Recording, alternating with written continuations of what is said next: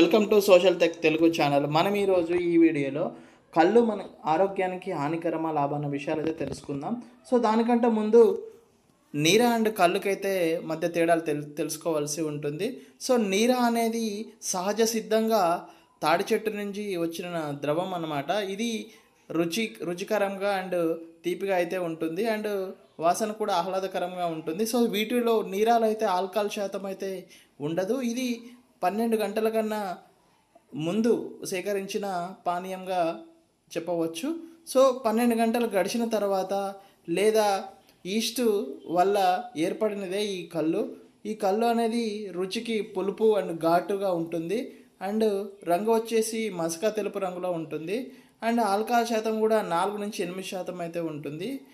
So ఇదైతే కళ్ళుకు సంబంధించినది. So ముందుగా అయితే కళ్ళు గురించి జరిగే దుష్ప్రభావాలు అయితే తెలుసుకుందాం. సో దాని తర్వాత నీరా వల్ల ఎటువంటి ప్రయోజనాలు ఉన్నాయో మనమైతే తెలుసుకుందాం. వీడియో అయితే చివరి వరకు చూడండి.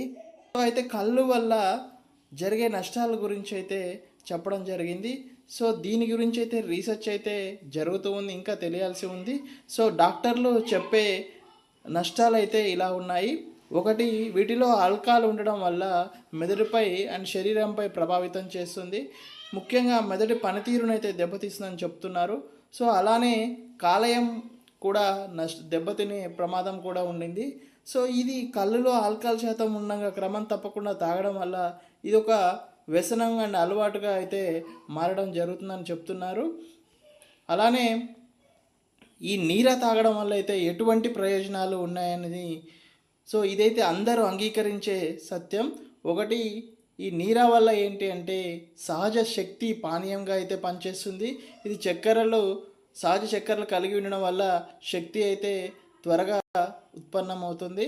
సో అలానే ఇది చల్లబరిచే స్వభావాన్ని వేడిని తగ్గించే స్వభావం ఉండడం వల్ల ముఖ్యంగా వేసవిలో అయితే దీనిని ఎక్కువగా స్వీకరించే అవకాశం అయితే ఉండింది.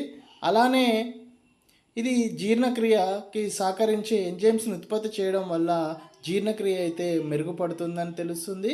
సో అలానే వీటిలో విటమిన్కి సంబంధించి B complex, C, potassium, iron, సహజ సిద్ధమైన విటమిన్లు, పోషకాలు ఉండడం, అలానే ఎలక్ట్రోలైట్ పానీయంగా కూడా పనిచేస్తుంది.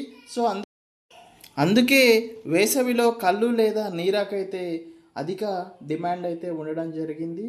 సో మనము ఈ కళ్ళు గురించి అయితే ఇంకా రీసెర్చ్ జరగవలసి ఉన్నది.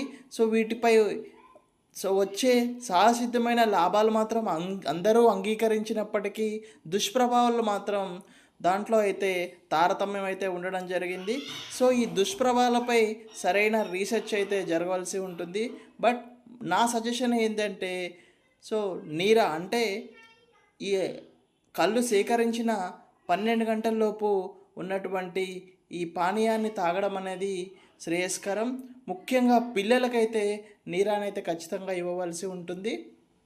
సో ఈ వీడియో కనుక మీకు నచ్చినట్టయితే లైక్ చేయండి, మా ఛానల్ని సబ్స్క్రైబ్ అయితే చేసుకోండి.